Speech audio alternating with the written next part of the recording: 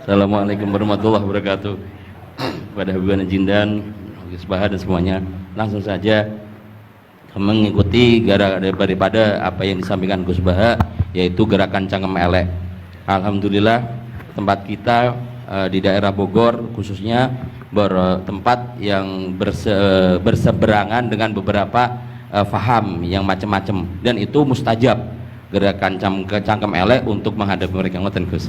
Terus kula dia nyuwun ijazah terus mewakili sedaya, dan yang kami kalih mumpung teng mriki kan ingkang didhawuhaken Gus Bawau fasilitas dinggo fasilitas nyuwun fasilitas ijazah ngrungokke tafsir Jalalain ingkang teng YouTube.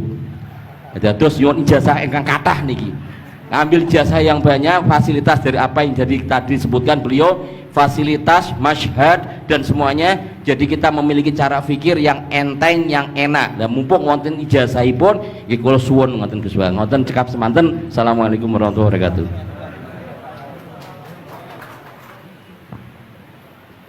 Assalamualaikum warahmatullahi wabarakatuh. Gus Baha, saya Nawawi Bahrudin. Kalau secara organisasi saya dari PCNU Kota Tangerang. Saya Mustasar. Bersyukur sekali saya bisa berjumpa dengan Gus Baha dan Habib Jindan, yang beliau ini keduanya adalah idola saya. Kalau boleh ngaku, saya ini ngaku sebagai santri kalong virtual via YouTube Gus Baha dan Habib Jindan. Jadi sejak kecil saya ini dididik secara tradisi tasawuf yang agak sangat keras begitu ya. Kalau saya boleh cerita nih, ada ponakan saya nih Ustaz Samsuri, kami tuh keluarga besar kami tidak ada yang dulu miara TV Gus, televisi nggak ada, bunga bank juga susah gitu, musik itu haram, speaker nih juga haram nih dulu. Nah perkembangannya kemudian semakin besar, ada idola-idola kami yang agak keras begitu melontarkan kritik kepada pemerintah, yang kemudian itu membuat saya galau gitu ya. Kenapa ulama-ulama kita bersikap terhadap pemerintah keras memberikan kritik? Nah, saya menemukan jawaban bertemu dengan Habib Jindan via YouTube tentunya dulu ya, walaupun saya kebetulan pernah juga silaturahim, kemudian juga dengan Gus Baha. Ini ada perspektif yang berbeda gitu ya, antara relasi ulama dengan umaro. Pendekatannya itu tidak yang kritik, yang bukan sekedar kritik tapi adalah menghujat. Nah ini saya temukan formula yang sangat menjawab kebutuhan saya pribadi, sehingga istri saya ini udah mulai cemburu sama Gus Baha karena saya terlalu sering nonton YouTube Gus Baha. Gitu. Nah yang kedua soal sanad ya, salah satu bukti saya pernah dengar cerita Gus Baha, agama itu adalah riwayah, oleh karena itu perlu sanad. Nah saya merindukan bersanad dengan Gus Baha nih, tapi kan saya bukan santri yang secara langsung, oleh karena itu dalam kesempatan ini saya ingin minta rukhsah sebetulnya Gus dan Habib, kami ini kalau boleh mewakili diakui sebagai murid Gus Baha, bisa bersanad walaupun dalam pertemuan tatap mukanya saat ini aja baru. Mudah-mudahan ke depan bisa dilanjutkan. Terima kasih Gus. Assalamualaikum warahmatullahi wabarakatuh. Nggak apa-apa Ustaz, sahabat aja sekali ketemu Nabi langsung jadi sahabat kok. Baik, Gus Baha barangkali duluan. Kiai Abdurrahman Sahal, Kiai Ustaz Nawawi. Iya, apa saya Gus? Iya. Begini ya, masalah cangkem elek tadi ya. Bakat tuh sampean? Sudah, alhamdulillah sudah bakat. Karena kalau lewat Habib Jindan tidak pantas, beliau biar sempurna saja, tidak usah sanad itu. Jadi begini, dulu ketika Sulhul Hudaybiyah itu kan umat Islam sedikit sekali, terus dipaksa untuk pulang dari Mekah, tidak boleh umroh. Terus sahabat berkomitmen berani mati bela-belain Rasulullah SAW. Ketika berani mati ini digojlok sama orang musyrik. Jangan-jangan setelah kami perang betul, kamu meninggalkan Muhammad. Ini yang omongannya orang musyrik. Abu Bakar, itu semua ulama tahu kalimat itu, cuma tidak usah diterjemah. Umsus bidrollat katanya. Itu padahal Abu Bakar yang ngertikan itu. karena memang ekstrim. Terus kedua, ada orang Bedui itu ngukur seorang nabi itu dengan hal-hal yang kurang baik. Misalnya begini, ya Muhammad, kamu ngeklaim tahu berita langit, coba unta saya yang hilang itu di mana? Katanya tahu berita langit, sekarang tahu nggak unta saya hilang itu di mana? Mobil saya di mana? Begitu juga ketika untanya hamil, bunting itu tanya, Muhammad, kalau kamu nabi katanya tahu berita langit, kamu tahu isinya yang di unta saya ini? Itu ada sahabat yang saking nggak kuatnya demi bela nabi itu, udah kalau tanya gitu tanya saya terus. Terus si tadi orang tadi dibilangin sahabat, nazauta 'alaiha fakanat minha sakhlah. Jadi intinya ini Habib Jintan biar senyum-senyum aja. Jadi intinya kadang ad-difa sama orang-orang gitu mau tidak mau nggak ada pilihan itu. Kalau yang ma'ruf di Quran ya uffil lakum wa lima ta'buduna min dunillah. Jadi ketika Nabi Ibrahim, ini sering saya patah-patah supaya tidak paham semua karena ini sanad kurang baik. Tapi kebutuhan gitu. Biasanya yang minta itu yang jenisnya ya seperti ini yang sudah cangkem elek cuma butuh legitimasi gitu. Jadi dia butuh nggak tanggung jawab, dilimpahkan ke saya. Kalau saya kalaupun salah kafaroh saya banyak. Saya kan ngapalin Quran. Kalau orang itu hafal Quran, inna wa ta'ala la yu'adzibu qalban wa al Quran. Kalau kamu sekali salah, adabnya banyak. Kalau saya punya penawar banyak itu. Jadi faja'alahum judadan tadi. Siapa yang memecahi berhala ini? Kata Ibrahim, ya yang bawa kapak. Kenapa mecahin? Mungkin sentimen dia ingin disembah sendiri katanya. Tanya yang bawa kapak. Kata orang-orang kafir, kamu kan tahu berhala itu tidak bisa ngomong, masa disuruh nanya gitu. Otak kamu di mana? Nggak bisa ngomong, nggak disuruh nanya. Otak kamu di mana? Terus Ibrahim balik. Ya balik apa? Balik ngendikan, balik mengatakan uffil lakum. Otak kamu lalu di mana? Kayak ditanya aja tidak bisa jawab kok kamu sembah. Jadi di beberapa kesempatan sahabat belain Nabi sampai gitu. Jadi banyak orang Bedui, orang-orang peradaban, karena Nabi itu memang nyatanya mendapat berita dari langit. Mereka terus itu dijadikan alasan. Unta saya hilang di mana Muhammad? Ini di mana? Unta saya ini hamil itu bentuknya kayak apa? Katanya kamu tahu berita langit. Masa gini aja enggak tahu? Ya terus tadi. Saya enggak tahu, sahabatnya mungkin kayak jenengan enggak tahu saya. Terus dia ambil, udah tanya saya aja. Nazauta 'alaiha fakanat minka minha sakhlah. Nazauta itu sudah paling anaknya ya kayak kamu lah, kamu yang nazauta 'alaiha, enggak usah diterjemah nazauta 'alaiha itu. Tapi potongan-potongan gini tahu kira nazauta 'alaiha itu kayak. Artinya ya memang dalam banyak hal memang nggak bisa dihindari hal-hal seperti itu. Ya tapi tentu yang suasananya ilmiah bukan hadun nafsi ya, suasananya yang ilmiah bukan apa? Hadun nafsi. Karena kadang-kadang memang mau tidak mau kayak ya tadi orang-orang yang menghujat Nabi, orang-orang yang apa itu. Kadang-kadang paling efektif itu ya jawab seperti itu. Ya, jawab seperti itu sudah berapa tadi? 3 kan? Nah, itu bukti bahwa kadang-kadang itu nggak ada pilihan dalam menjelaskan. Ya, nggak ada pilihan dalam menjelaskan. Ya, maksudnya seperti itu, tapi tidak tahu saja. Daripada anggawah bibitan kan kasihan. Saya aja yang jawab. Nah, terus tadi yang Jalalain rutin sanad saya memang sebetulnya kalau saya boleh milih di mana-mana sanad tuh ngajinya utuh. Saya dulu ngaji Mbah Mun itu mulai Jamul Jawami, Fathul Wahab banyak. Sebagai keluarga Quran, bapak saya itu hafal Quran tuh kayak Fatihah, ma'ruf itu di daerah saya. Tidak ada orang hafal Quran kayak Fatihah kayak bapak saya itu. Makanya tradisi keluarga kami memang Quran. Terus babah kami juga dari ulama Lasem, Habib Jidan pernah rawuh di mbah saya. Kebetulan pondoknya mbah saya namanya juga Al-Fakhriyah Habib. Jadi karena kalau konstruksinya tidak khatam seperti ini namanya ijazah amma. Ijazah amma ya cukup lah buat rame-rame. Tapi secara keilmuan itu masalah karena konstruksinya belum selesai. Makanya tadi saya senang Habib Jidan ketika cerita ada orang ngajar lumak. Usul fikih itu perangkat yang mau tidak mau untuk alat tafsir. Misalnya begini, wa antasma'u bainal ukhtain, tidak boleh mengumpulkan perempuan 2 yang kakak beradik jadi istrinya 1 orang. Itu bainal ukhtain itu min itlaqil ba'di wa iradatil kul, yang dimaksud Allah adalah mengumpulkan 2 orang yang ada hubungan mahram. Coba kalau kita misalnya bikin gerakan kembali ke Quran, berarti yang haram hanya antasma'u bainal ukhtain. Padahal yang haram adalah bainal mar'ah wa ammatiyah wala bainal mar'ah wa khalatiyah wala bainal mar'ah wa jaddatiyah. Pokoknya 2 perempuan yang ada hubungan mahram tidak boleh dikumpulkan dalam satu pernikahan. Bayangkan kalau orang tidak ahli usul fikih kemudian dia mentafsirkan Quran, terus dia hanya pegang wa antasma'u bainal ukhtain. Itu juga anak tiri. Ada aturannya, lafadz yang keluar karena ghalib itu tidak punya makna. Misalnya begini, anak tiri yang nggak boleh dinikahi adalah waroba ibu kumulati fi hujurikum, anak tiri yang serumah. Padahal anak tiri serumah tidak serumah, kalau ibunya sudah kamu kumpulin kan tidak boleh dinikah. Lalu kata fi hujurikum di sini adalah yakhruju makhrujal ghalib. Ya umumnya anak tiri itu serumah, tapi bukan punya ikatan apa hukum. Nah, hal seperti itu kan riskan kalau kita tidak mengaji usul fikih, apa kaidah fikih.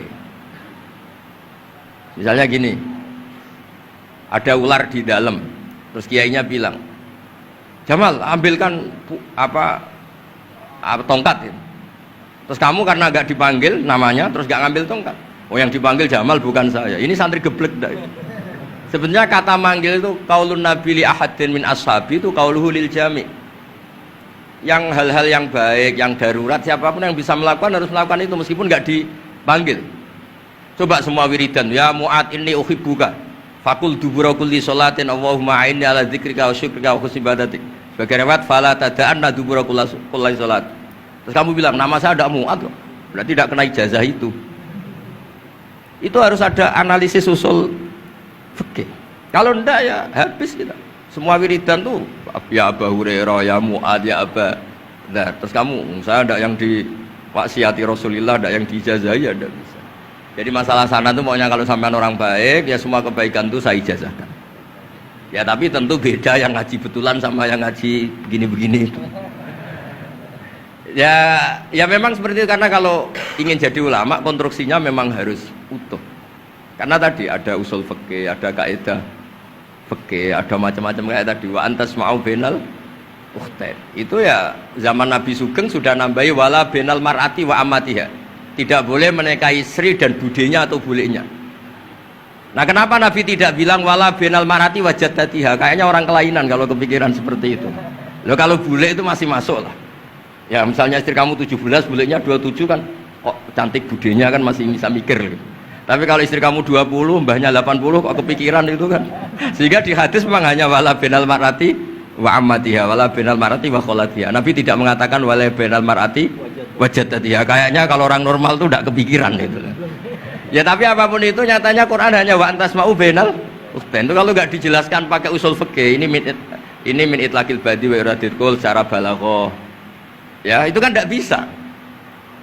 Nah, di sini pentingnya ngaji khatam. Makanya saya suka ngaji Jalalain dengan penjelasan fikih, penjelasan usul fikih, karena supaya orang tuh tahu lah bahwa maknani Quran tadi seperti yang didahulukan Habib Jindan itu. Ya kalau kamu tidak menguasai betul, terus akhirnya ngomong menurut saya, Quran kok menurut saya, menurut perasaan saya tidak bisa. Kata Habib Jindan kok biroyi ya sudah pesan tiket di neraka. Ngeri kan? Apalagi sudah biroyi dapat penghormatan, dapat uang, dapat panggung. Islam kok menurut saya, loh ini Islam yang menurut Rasulullah, Islam kok menurut saya. Makanya ini saya fanatik bahwa kitab tadi saya tunjukkan ke Habib Jindan beberapa kitabnya Said Muhammad yang menyebut mbah beliau apa supaya mudawan. Dulu itu ada orang alim alama namanya Les bin Sa'ad. Kata Imam Syafi'i, "Al-Les afqahu min Malik illa annahu daya'ahu ashabu." Imam Les secara fikih itu lebih alim dibanding Imam Malik, tapi daya'ahu ashabu. Murid-muridnya enggak menulis. Andai kan Habib Salim tidak punya putra Habib Novel, tidak punya cucu Habib Jindan, mungkin orang enggak bakas lagi Habib Salim. Bazuber andai kan tidak punya putra Mbah Mun, orang juga nggak bakas lagi Bazuber. Bapak saya Kiai Nur Salim andai kan tidak punya putra Samu, kan orang sudah lupa. Dulu ini cerita yang paling ekstrim. Dulu Nabi Ibrahim pernah dikira Yahudi karena punya keturunan Yahuda bin Yakub bin Ishak bin Ibrahim. Ketika Yahuda punya perilaku tertentu seakan-akan itu dari mbah-mbahnya. Baru setelah Rasulullah SAW memaklumatkan ad-dinul hanif, ad-dinul Islam millatun hanifiyah, millata abikum Ibrahim, baru terpulihkan nama Ibrahim. Makanya kalau dalam nasihat Arab itu kama takarroma bi Muhammadin Adnan. Dulu orang tuh nggak tahu Adnan itu siapa, Qusay itu siapa, Kilab itu siapa. Gara-gara punya cucu yang bernama Rasulullah Muhammad SAW, Sayyidul Khalqi, orang nyari-nyari Abdullah itu siapa, Abdul Muthalib itu siapa, Hashim itu siapa. Akhirnya diketahui Sayyid Abdullah itu orang yang ganteng, perilakunya baik. Abdul Muthalib itu orang yang pertama sering makan-makan, ngasih makan orang haji, gini-gini.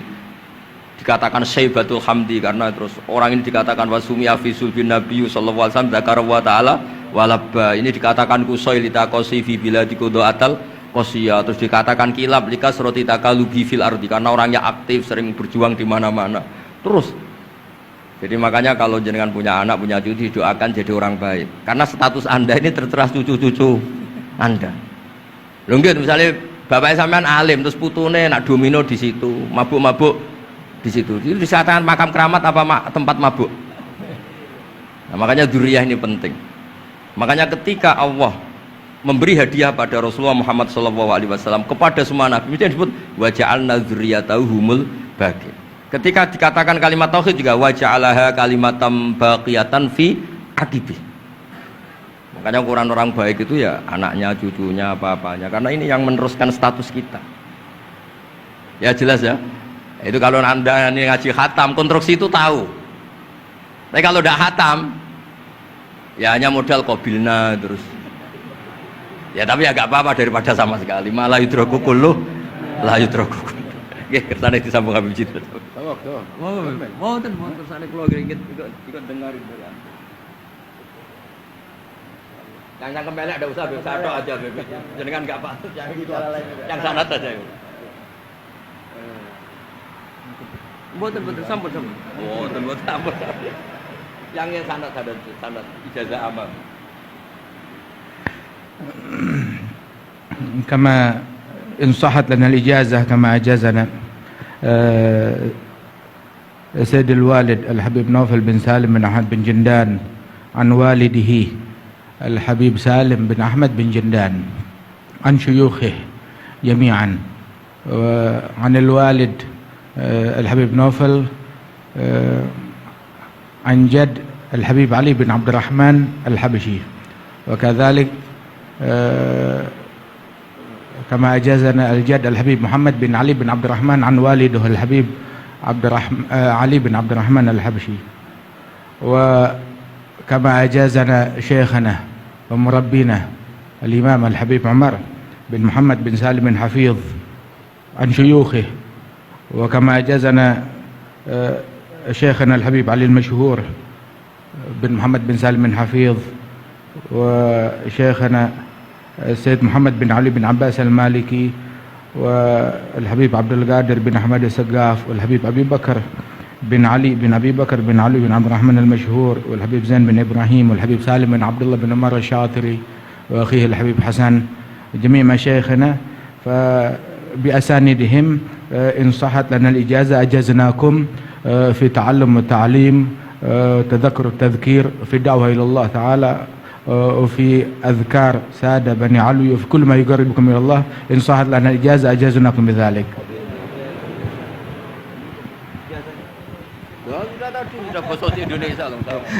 Jadi ijazahnya Gus Baha pakai bahasa Indonesia kata. Jadi kita belum qabil tuh tadi. Insyaallah ya, insyaallah. Ada al-iznu bi ma'nal ijazah, insyaallah. Jadi sudah diizinkan yaitu ijazah cangkem elek tadi dengan ijazahnya pengajian beliau lewat medsos, insyaallah bil izin ya, karena kalau kita mengaji kitab itu tidak perlu ijazah lagi sebetulnya kalau udah qiraatan ala syekh bimana iznuhu wa ijazatuhu insyaallah. Dan sanadnya tadi sudah diberikan juga oleh Habib Jindan dari para guru beliau, dan mudah-mudahan kita beroleh manfaat dan barokah dengan majelis ini, dengan begitu banyaknya ilmu dan ma'rifah yang kita peroleh, bahkan kita julus mujalasatul alim, ini termasuk juga dalam kebaikan yang kita dapatkan di hari Asyura ini. Dan karena di dalam Asyura itu ada zur aliman, ziarahi orang alim, dan kita sudah melakukan itu dengan ziarahnya dengan Habib Jindan dan Gus Baha. Dan insya Allah mudah-mudahan kita semua pulang ini beroleh banyak gembolan pahala ya, insya Allah ya, gembolan pahala dan ijazah dari kedua beliau insya Allah ya.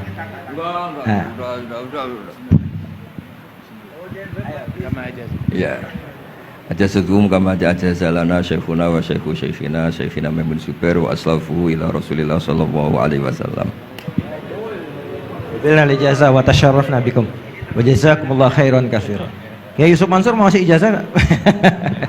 Kali kalau Kiai Yusuf Mansur ngasih duit aja sama kita buat ongkos pulang. Setuju nggak kira-kira? Oh setuju katanya. Baik, baik. Alhamdulillah majelis kita berjalan begitu lancar, mudah, tidak ada gangguan kendala dan semuanya pasti karena barokah para masyayikh kita, para ulama-ulama aslafun saleh yang telah meridhoi dan ridho dengan majelis kita ini. Kita doakan guru-guru kita yang ada di depan ini, beliau-beliau semoga selalu diberikan sehat, panjang umur dalam doa, dalam memberikan manfaat dan ilmunya kepada kita semua, dan menjadikan kita semua yang ada di majelis ini juga selalu menjadi tulabul ilm yang istiqomah, yang selalu meneruskan, insya Allah kita teruskan kepada generasi penerus kita, anak-anak cucu kita dalam tradisi keilmuan Ahlus Sunnah wal Jamaah yang insya Allah akan selalu eksis di bumi Nusantara ini. Amin ya rabbal alamin. Saya sebagai moderator mohon maaf jika ada kalimat yang keliru dan salah. Kita akhiri dengan membaca subhanakallahumma wa bihamdika asyhadu an la ilaha illa anta astaghfiruka wa atubu ilaik. Dan sebelumnya ada pemberian cindramata oleh Yayasan Fakhriyah kepada Gus Baha dari Habib Jindan.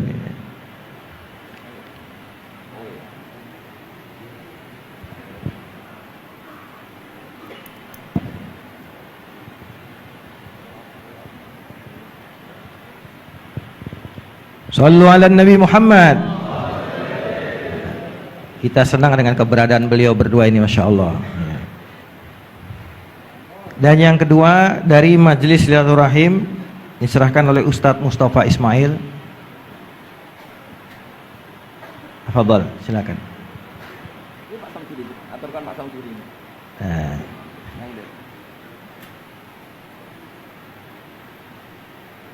Ini pelakat nih, banyak ini. Nanti Gus Baha di rumahnya banyak pelakat ini. Mudah-mudahan lemarinya ada Gus ya buat banyak.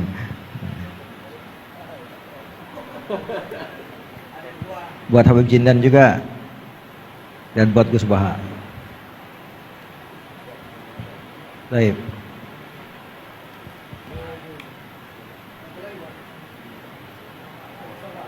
Ustaz, ya.